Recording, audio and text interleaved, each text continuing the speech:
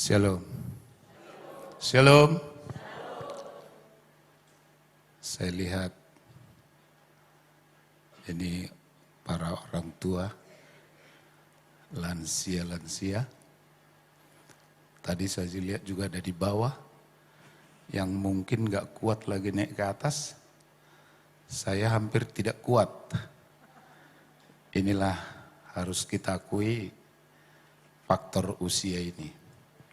Terima kasih kepada Bapak Gembala, Ibu, dan seluruh diaken majelis di gereja ini dan seluruh jemaat yang mempercayakan saya untuk menyampaikan firman Tuhan hari ini. Saya mau tanya, kalau hari ini saudara meninggal, loh,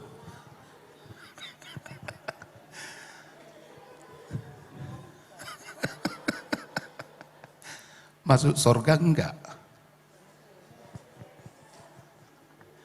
Ini harus dipastikan.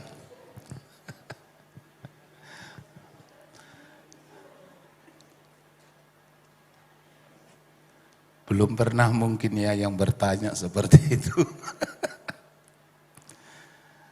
Karena Paulus pernah katakan begini, bagiku hidup adalah Kristus, mati juga untung kan. Jadi makanya ada orang bilang, kalau bikin papan bunga bagi saudara kita yang meninggal, jangan bikin turut berduka cita. Buatlah turut bersuka cita. Karena dia akan ketemu dengan siapa? Bapaknya. Ada pepatah kan, tak kenal maka tak sayang. Saya gembala sidang di gereja Sidang Jemaat Allah Ebenezer, Kota Batam. Dulu itu Pulau Batam. Istri cuman satu. Tapi oleh kemurahan Tuhan, beliau telah pergi menghadap Tuhannya tanggal 15 September 2022 yang lalu. Anak kami tidak banyak, hanya 6 orang saja. 2 perempuan, 4 laki-laki. Laki-laki semuanya tinggal 1 yang belum menikah, namanya si Bontot. Sudah usia 29 tahun memasuki 30 tahun. Cucu yang dianugerahkan Tuhan kepada saya, kami baru 7 orang. Itu baru 7 orang. Mudah-mudahan tahun depan si Pudan menikah. Senanglah hati ini kan, kalau anak-anak sudah menikah. Kalaupun pada akhirnya pergi kepada Tuhan, senanglah. Tidak ada lagi yang merupakan pergumulannya. Usia saya masih muda, walau cucu sudah 7, masih 46 tahun.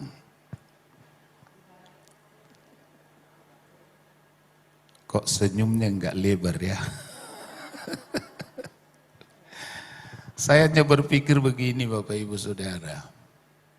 Sebetulnya ketika kita datang ke rumah Tuhan, ada sebuah sukacita tersendiri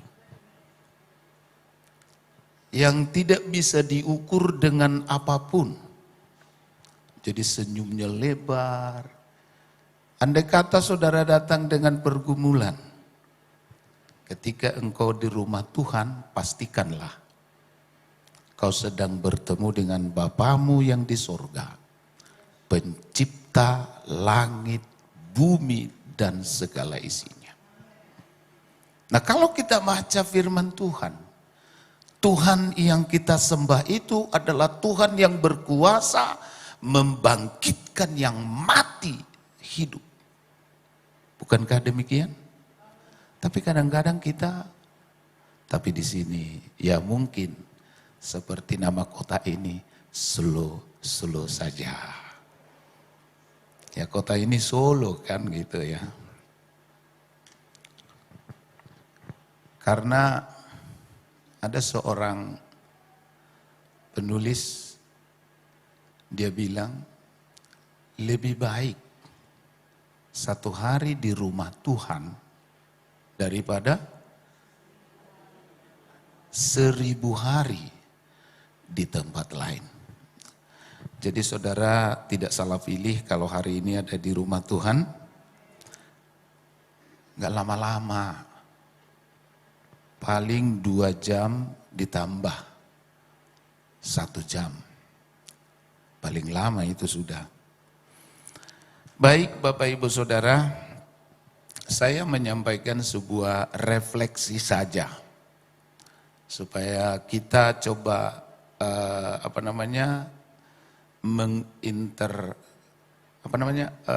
coba melihat ke dalam diri kita sejak kita sudah menjadi pengikut Tuhan, orang percaya. Bagaimana perjalanan hidup kita sejak menjadi orang percaya. Saya coba membaca di dalam Injil Matius pasal yang ke-22 ayatnya yang ke-34 hingga sampai 40, tapi tidak semua kita baca. Yang kita baca 37 sampai 38 dan 39 dan 40. Ya. Injil Matius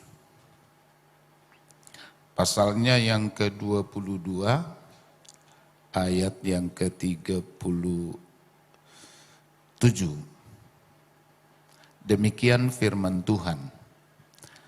Jawab Yesus kepadanya, kasihilah Tuhan Allahmu dengan segenap hatimu dan dengan segenap jiwamu dan dengan segenap akal budimu.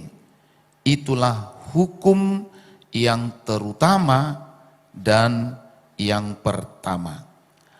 Dan hukum yang kedua yang sama dengan itu ialah kasihilah sesamamu manusia seperti dirimu sendiri. Pada kedua hukum inilah tergantung seluruh hukum Taurat dan kitab para nabi. Mari kita tunduk kepala dulu sejenak. Malaikat sorga berpasukan memagari tempat ini, ruangan ini.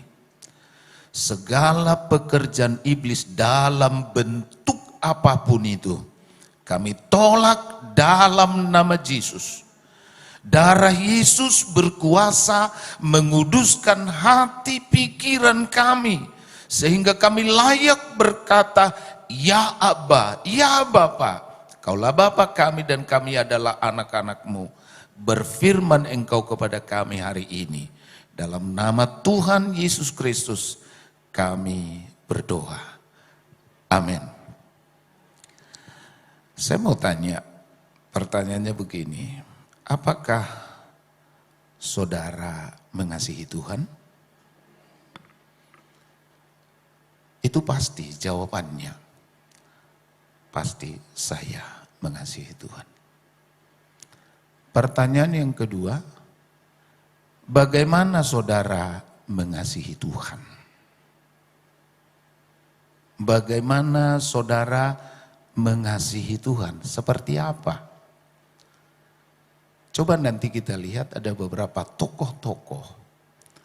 Bagaimana mereka mengekspresikan kasihnya kepada Tuhan. Penyanyi berkata,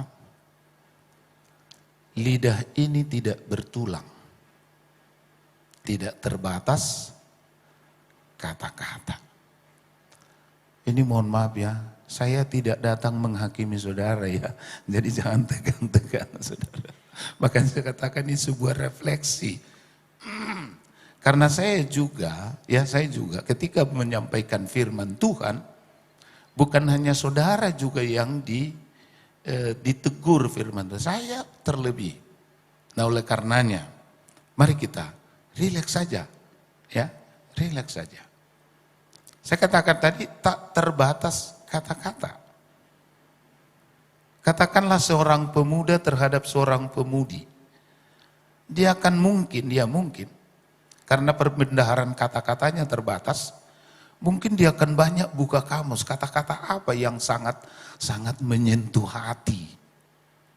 Sampai ada orang bilang, engkaulah bulanku, engkau bintangku, kutaruh di atas masjidku, katanya. Ya, kan tak terbatas. Kalau kita bilang pun berulang-ulang api, mulut kita kan gak terbakar. Nah oleh karenanya, pertanyaannya, bagaimana saudara saya mengekspresikan kasihku kepada Tuhan? Ya. Bagian yang pertama yang saya lihat di sini, kita lihat, nggak usah kita baca ya, Yohanes 3 ayat 16.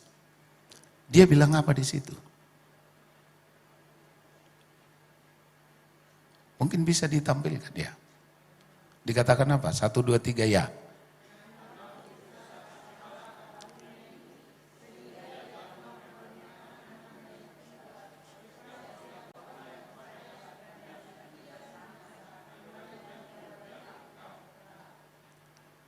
Karena begitu besar sehingga ia telah apa? Mengaruniakan.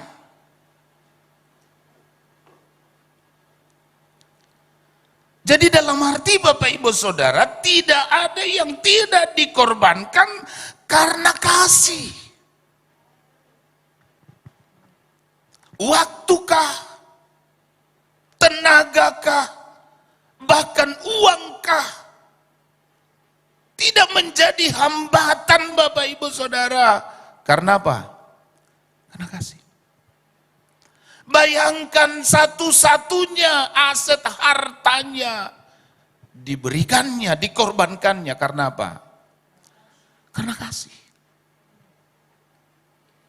Kalau pemuda, seorang pemuda antara satu dengan yang lain, karena kasihnya Bapak Ibu Saudara, lautan api diseberangi. Bayangkan. Mungkinkah itu terjadi? Gunung terjal didaki. Satu hari tidak jumpa, rasanya 1 tahun. Apakah itu hanya sebuah gombal atau memang? Ya kan? Tidak ada hambatan. Tidak ada alasan. Kalau memang kita memiliki kasih terhadap Tuhan, sesama, salib terdiri dari garis vertikal dan garis horizontal. Boro-boro kita bisa menjadi saksi, menjadi garam, menjadi terang. Ke Tuhan saja kasih kita masih nanggung. Masih nanggung. Selanjutnya bagaimana kita melihat Rasul Paulus menyatakan kasihnya kepada Tuhan. Dalam Filipi pasal 3 ayat 10 dikatakan di sini, yang ku kehendaki ialah mengenal Dia dan kuasa kebangkitannya dan persekutuan dalam penderitaannya, di mana aku menjadi serupa dengan dia dalam kematiannya. Jadi artinya Bapak Ibu Saudara, pengenalan dia terhadap Tuhan bukan karena berkatnya, bukan karena hanya berkatnya, bukan hanya karena dia diselamatkan Bapak Ibu Saudara, tetapi dia ingin mengenal Tuhan juga di dalam penderitaan. Jadi ketika kita sedang menderita, kita akan melihat Tuhan ada di sana.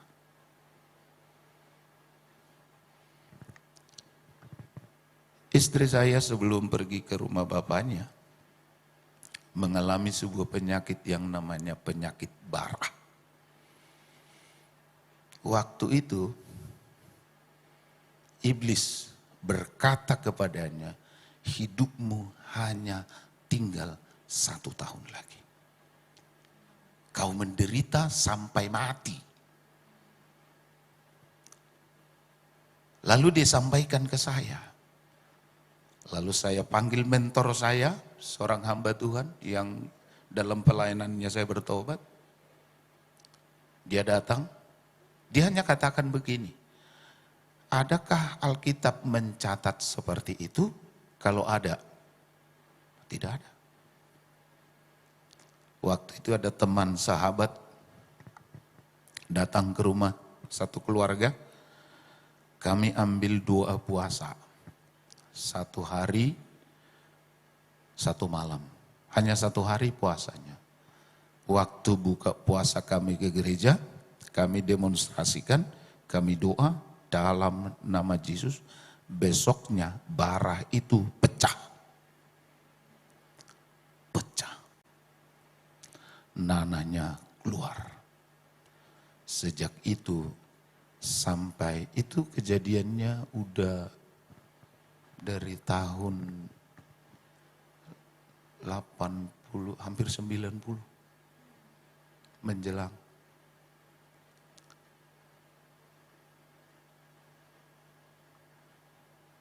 Karena pertolongan Tuhan. Di situ saya melihat Tuhan di dalam pergumulan, di dalam penderitaan. Satu kali kami mengalami sebuah pergumulan, tidak ada yang dimasak, tidak ada makanan sedikit pun. Tapi kami berdoa kepada Tuhan, izinkan Tuhan.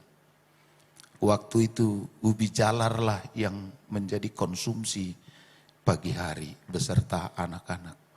Datang majelis gereja, dia datang ke rumah, salam.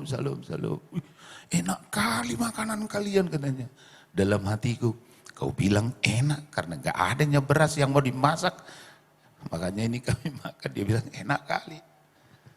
Besoknya, Bapak Ibu Saudara, luar biasa. Tuhan pelihara. Dari situ saya melihat, kalau Paulus berkata, aku ingin mengenal dia. Aku ingin mengenal dia. Dan kuasa kebangkitannya dan penderitaannya, di mana aku menjadi serupa dengan dia. Pertanyaannya tadi, bagaimana engkau mengasihinya ketika engkau sedang bergumul dan lain sebagainya. Nah, kalau kita melihat bagaimana Paulus dalam penderitaannya, Bapak Ibu Saudara, pada akhirnya dia menyatakan, aku tidak terpisahkan dari kasih Kristus. Tidak ada penderitaan yang terlalu berat, tidak ada pergumulan yang terlalu besar selama Kristus dimuliakan di dalam diriku. Karena dia ingin mengenal Tuhan, oleh sebab dia sangat mencintai Tuhan. Nah, sebabnya Bapak Ibu Saudara, sejak itu Bapak Ibu Saudara, Tuhan menaruh sesuatu di dalam diri saya. Akhirnya tahun 93 kami merintis ke Pulau Batam yang sekarang menjadi Kota Madia Batam. Dulu itu Pulau Batam, tahun 93. Saya bawa anak 5, masih kecil-kecil. Hanya satu lahir di Batam yang disebut Putra Batam. Waktu itu Bapak Ibu Saudara, tidak punya apa-apa, tidak punya sponsor seperti zaman sekarang ini ya. Kalau ada perintisan baru, ada sponsor, ada gereja induk yang mensponsorinya, itu pun kadang-kadang tidak terlalu mulus perjalanannya. Saya waktu itu gereja Sidang Jemaat Allah belum ada di kota itu, di pulau itu yang hari ini saya melihat waktu saya mendengar laporan dari badan pengurus daerah kami, karena kami sudah dipisahkan menjadi satu daerah. Saya melihat laporan kami, gereja Sidang Jemaat Allah yang ada di wilayah kami ada sekitar 35 gereja. Itu diawali satu gereja tahun 93. Waktu perintisan itu Bapak Ibu Saudara tahu anak-anak ini harus sekolah. Di mana harus saya sekolahkan? Awalnya saya sekolahkan di satu daerah yang agak sedikit jauh, sekitar 1 jam atau 30 menit lebih perjalanannya. Ke sana anak-anak saya titipkan sama adik saya, pariban saya. Tapi saya pikir ini tidak pas.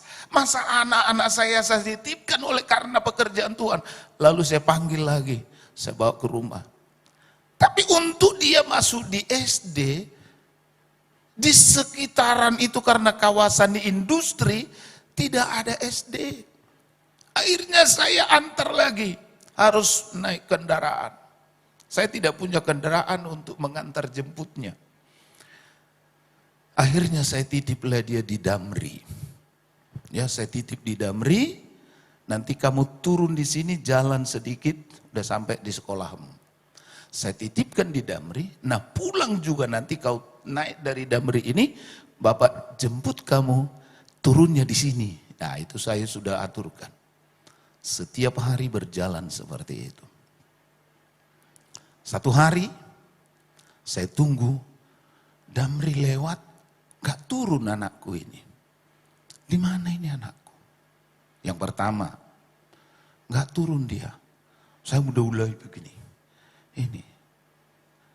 Akhirnya saya coba menoleh ke kiri ke kanan.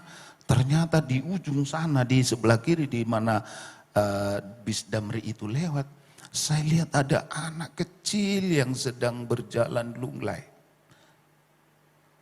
Saya pikir jangan-jangan ini anak saya. Dia jalan, saya jalan. Ketemu rupanya anak saya. Saya peluk, kenapa anakku? Ketiduran Pak.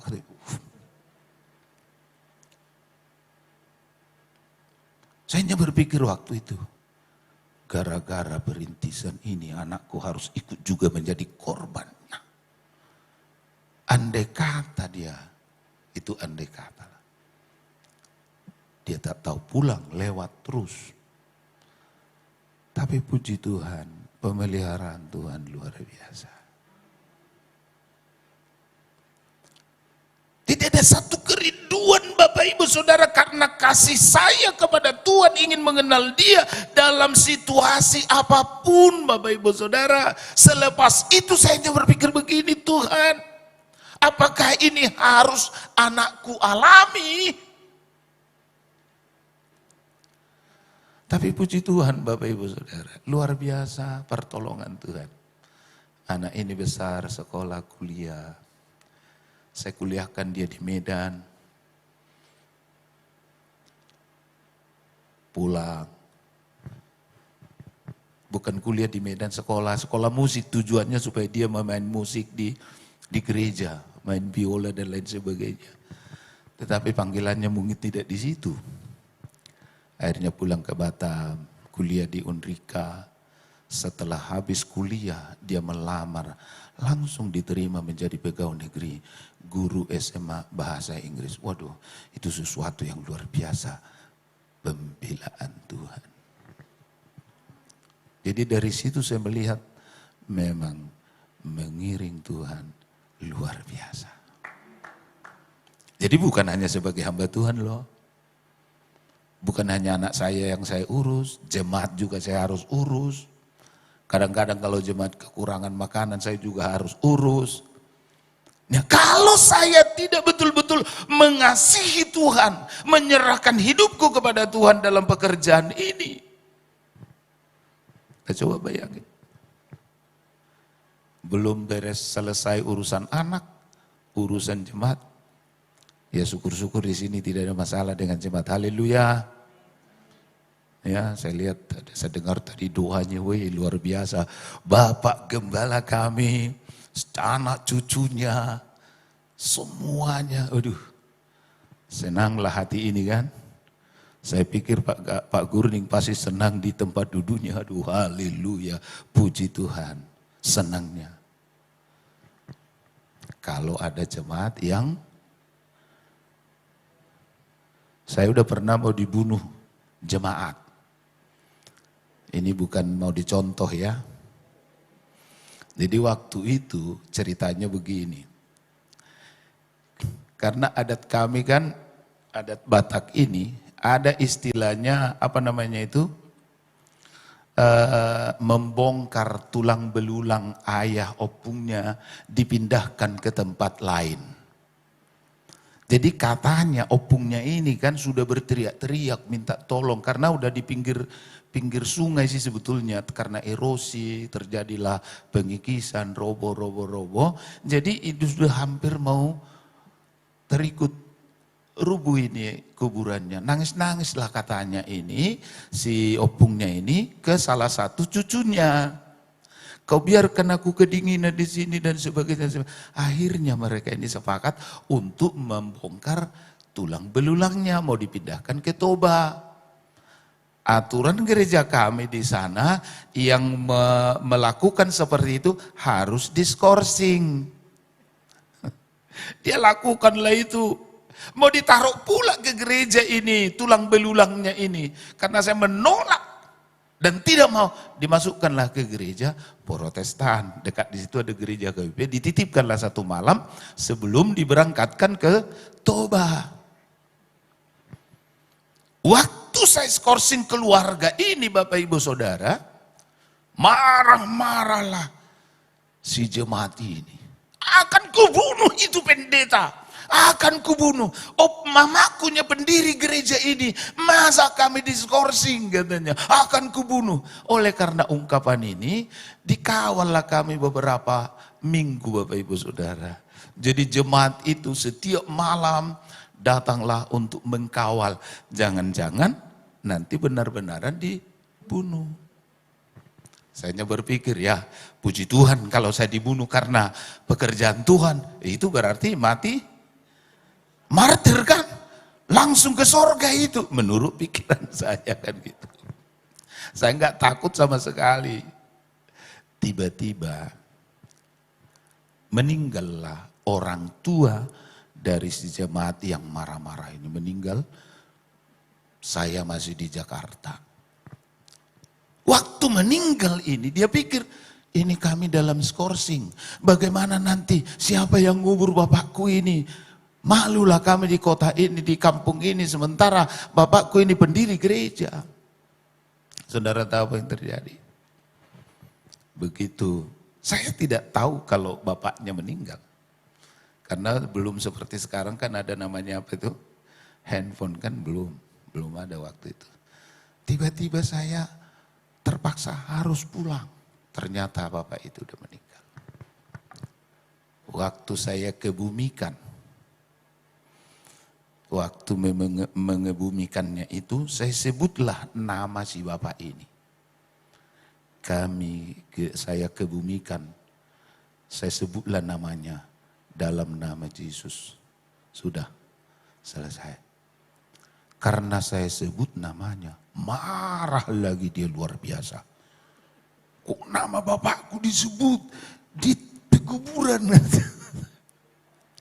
Ini hanya sekilas untuk urusan dengan jemaat. Kadang-kadang jemaat ini tak apalah permintaannya, kita kurang tahu. Di sini saya lihat aman-aman ya. Haleluya. Haleluya. Karena tujuan kita kemana? Iya, kalau kita mati, masuk Harus pastikan itu. Jadi bersyukur seharusnya kepada setiap pendeta, setiap hamba Tuhan. Dialah yang selalu mendoakan kita ketika kita meninggal masuk surga. Nah, coba kita perhatikan lagi selanjutnya bagaimana Rasul Paulus mengasihi Tuhan. Tidak ada persoalan yang terlalu berat baginya selama Kristus dimuliakan dalam hidupnya. Jangankan masalah sandang pangan dan papan.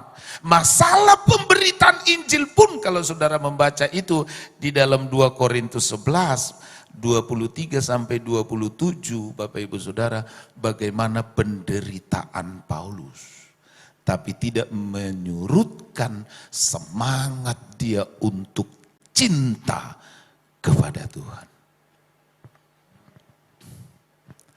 Saya tanamkan dalam diri saya begini, waktu saya masih sekolah di Medan, saya harus pulang setiap minggu, minimal sekali 2 minggu ke Tanah Jawa, itu perjalanan 4 jam naik bis. Kebiasaan itu kan duduk di bis itu berjam, 4 jam. Pasti ada orang yang duduk di samping kita. Rasanya dalam hatiku ini, rasanya berdosa saya. Kalau saya tidak sampaikan Injil selama 4 jam itu. Rasanya berdosa. Mau diterima atau tidak diterima, ya sampaikanlah dengan berbagai cara. Sapaan dulu, kenalan dulu, dari mana, Kristen atau enggak. Rasanya berdosa. Waktu itu. Tapi sekarang ini kadang-kadang belasan jam pun kita duduk dengan seseorang, hanya lirik-lirik begini aja. Jadi sepertinya tidak ada lagi beban itu. Tapi mulai hari ini kan ada apa namanya ini? Bulan apa? Kami sudah selesai. Ini bulan misi Bapak Ibu Saudara. Masih sanggup membagi Injil ke tetangga atau samping kiri kanan? Masih sanggup? Soal diterima itu bukan urusan kita. Itu urusan Tuhan. Sampaikan aja, taburkan saja, entah bagaimana. Supaya, karena Alkitab mencatat, tidak akan kembali dengan sia-sia. Sebelum dia menghasilkan buah. Dia tumbuh, dia berbunga, berbuah, lalu bisa dituai. Kita belajar. Inilah bentuk bagaimana kita mengasihi Tuhan. Tokoh berikut, kita coba lihat bagaimana Abraham mengasihi Tuhan. Imannya diuji. Ishak itu anak perjanjian. Cukup lama dia dapatkan. Begitu dia dapat, Tuhan bilang, korbankan, serahkan.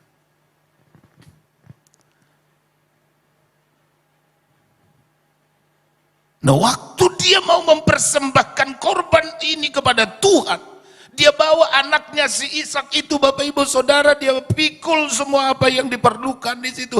Anaknya tanya di perjalanan, Bapak Ibu Saudara, api sudah ada, ini sudah ada, semua lengkap sudah ada. Mana dombanya, Bapak?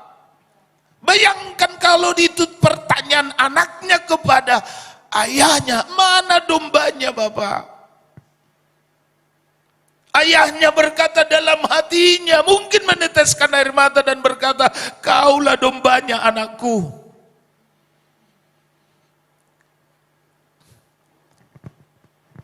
Kira-kira kalau saudara seperti itu, apa yang harus saudara lakukan? Tapi Tuhan luar biasa Bapak Ibu Saudara.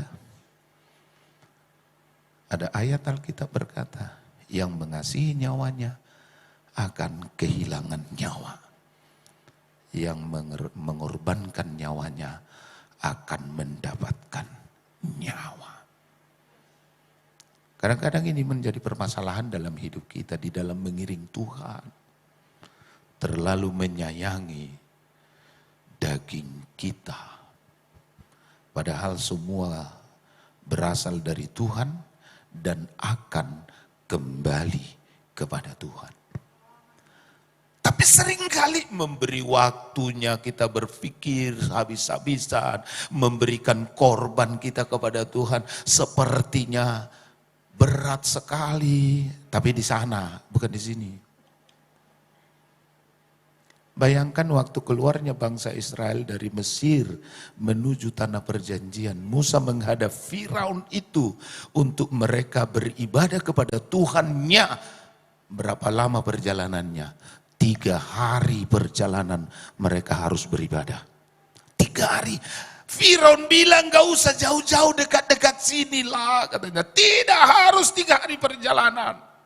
Tujuannya apa? Karena di negeri itu banyak Baal, banyak penyembahan-penyembahan berhala. Jadi mereka tidak fokus kepada Tuhannya. Mereka harus berjalan 3 hari perjalanan. Itu permintaan Musa.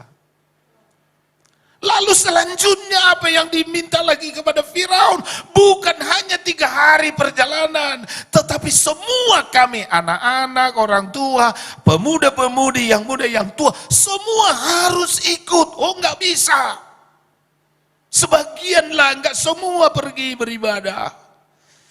Tapi Musa katakan tidak harus semua. Okelah kalau begitu, tinggallah dombamu. Tidak boleh semua domba, dompet juga harus ikut beribadah. Apa yang akan kami persembahkan kepada Tuhan kami kalau domba itu tinggal?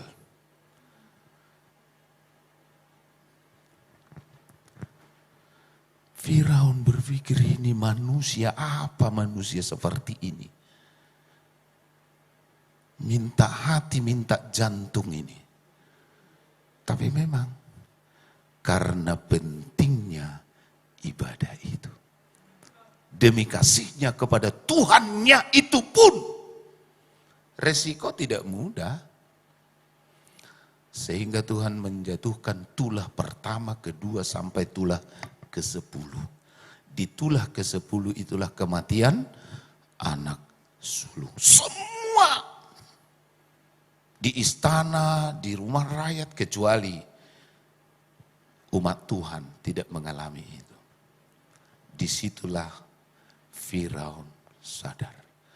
Yang menjadi sesuatu yang saya garis bawahi Bapak Ibu Saudara, ketika mereka keluar dari tanah Mesir, Tuhan menaruh belas kasihan kepada orang-orang Mesir Bapak Ibu Saudara. Jadi orang-orang Israel minta ini, minta itu, dikasih. Tetapi itulah namanya manusia ya. Lupa kacang akan kulitnya. Seperti yang selalu saya katakan. Ini udah jam berapa ini? Ini kadang-kadang susah kita melihat waktu ya. Biasanya jam yang seperti ini taruhnya di sana ya. Supaya yang lihatnya cuma pendeta. Jadi jam kami yang seperti ini taruhnya di belakang sana, supaya yang lihatnya cuma kami. Nah, ini kan harus begini saya. Kalian kan jelas ngelihatnya itu kan. Jangan-jangan kalian lihat itu terus.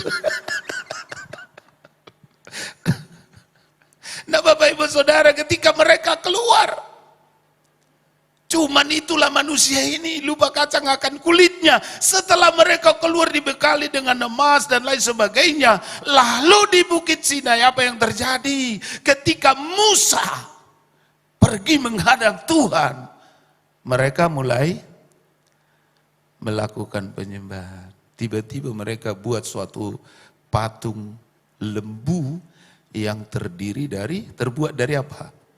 Mas, coba bayangkan dari mana itu?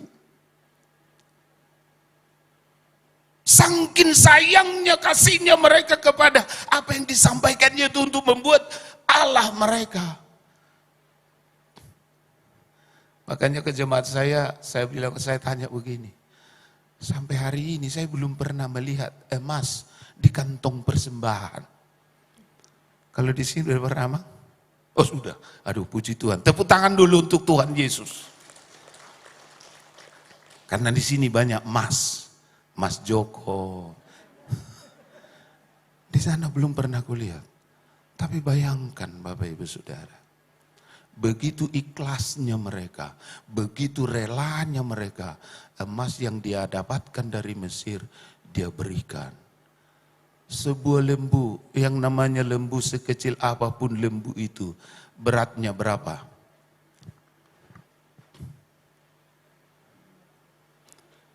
Karena kasih. Kiranya Tuhan tolong kita ya, mengerti. Ini refleksi bagi kita. Saya katakan pernah begini. Saudara senang gak melihat orang pelit? Yang suka melihat berteman dengan orang pelit. Coba dulu angkat tangan. Ini gak ada titipan iklan ini. Coba angkat tangan dulu. Yang senang melihat, yang tidak senang melihat orang pelit. Coba angkat tangan. Bingung kan? Wajar. Kalau saudara tidak suka melihat orang pelit, itu wajar.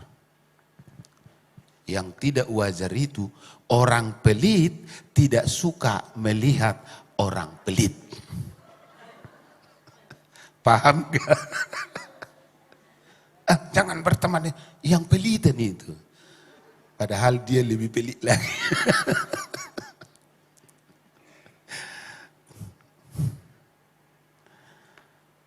Bayangkan, kalau mereka mikir-mikir, jadi enggak lembunya? Enggak jadi. Kiranya Tuhan tolong kita, demi kasih kita kepada Tuhan. Apapun itu. Saya terbayang waktu itu anakku. Ya saya katakan, waduh, apakah anakku ini menjadi korban? Sekolahnya harus pindah, kelas 1 di sana, kelas 2 di sini, kelas 3 di sini. Waduh. Tapi pastikanlah, pembelaan Tuhan tidak pernah terlambat. Tepat pada waktunya. Karena kita mencatat, Tuhan tidak mau ditipu. Apa yang kau tabur, pasti kau tuai. Waktu saya di IPG Yakub Nahwai selalu katakan begini. Ya, selalu katakan ini. Banyak berdoa, banyak berkat. Tidak berdoa, tidak ada berkat. Mana lebih bagus? Banyak berdoa atau tidak berdoa? Ya pasti banyak doa supaya dapat berkat. Bagaimana Abraham? Dibela Tuhan, luar biasa. Jadi anaknya dikorbankan? Tidak. Begitu sampai mereka, dibangunlah sebuah mezbah. Lalu ditaruhlah anaknya itu di atas mezbah yang telah dibangunnya itu. Diangkatlah pisau, pedang, mau membunuh anaknya.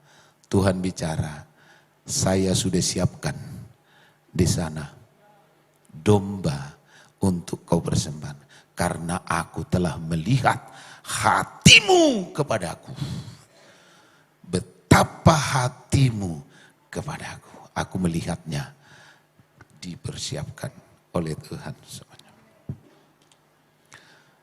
Ada satu tokoh lagi, ini satu, mudah-mudahan ini terakhir ya.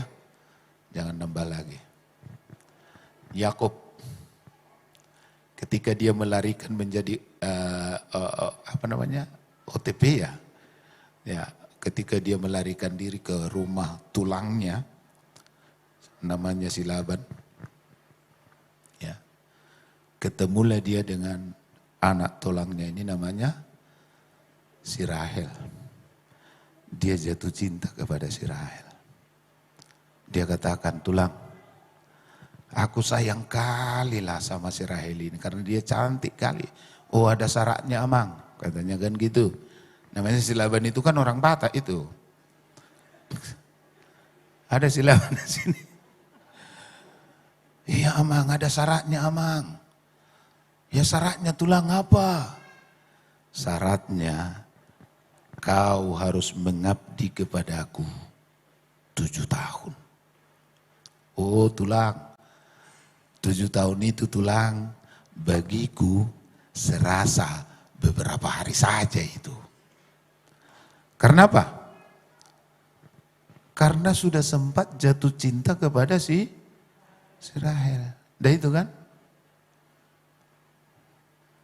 Saya mau tanya, ini bapak-bapak yang serius-serius ini, pernah nggak jatuh cinta? Ada nggak di sampingnya pasangannya? Tahu nggak kapan jatuh cintanya? Ya, kan apapun kita lakukan kan demi kita, karena kita jatuh cinta. 7 tahun serasa beberapa hari saja. Karena sayangnya kepada si Rahel. Seperti yang saya sampaikan tadi, lautan api diseberangi, waduh, luar biasa itu. Makanya ada istilah, asam di gunung, ikan di laut, ketemunya di mana? Nah, inilah luar biasa. Kiranya Tuhan tolong kita ya, begitulah sayang kita kepada Tuhan.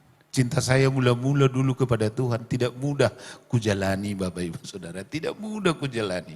Tapi itu pun kulewati semuanya. Tapi sekarang ini kadang-kadang, nah ini, kiranya Tuhan tolong kita semua, tidak terkecuali. Makanya saya tanya tadi pertama, kalau hari ini engkau meninggal, mati meninggal sama enggak ya? Kalau hari ini engkau meninggal masuk surga enggak? Kalau sempat lagi kita tidak masuk surga, aduh, kalau Paulus katakan kitalah orang yang paling malang. Makanya pertanyaan tadi, bagaimana engkau mengasihi Tuhan? Semua harus kita korbankan demi kasih kita kepada Tuhan.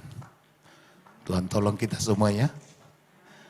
Lutut pun menjadi korban kita kepada Tuhan. Ya. Saya kalau naik di sini udah ada sedikit di sini ada ulai namanya faktor U ya. Bapak Gembala udah berapa tahun, Bang? Tahu udah berapa tahun Bapak Gembala? 61. Saya 64. Jadi ini kadang-kadang sudah ini masih mendingan. Yang lebih parahnya lagi, yang enak saja pun sudah begini. Yang enak. Kalau sudah usia. Tapi saya harus membuktikan saya mengasihi Tuhan. Saya harus buktikan itu. Anakku pun harus ku ikhlaskan melakukan semua itu karena sayangku kepada Tuhan. Kalau dari sisi daging ini sebetulnya berontak. Tapi karena cintaku vertikal, saya kuat dan mampu, bukan terpaksa. Ada lagu kita kan, bukan terpaksa tapi dengan sukarela. Tuhan memberkati kita hari ini.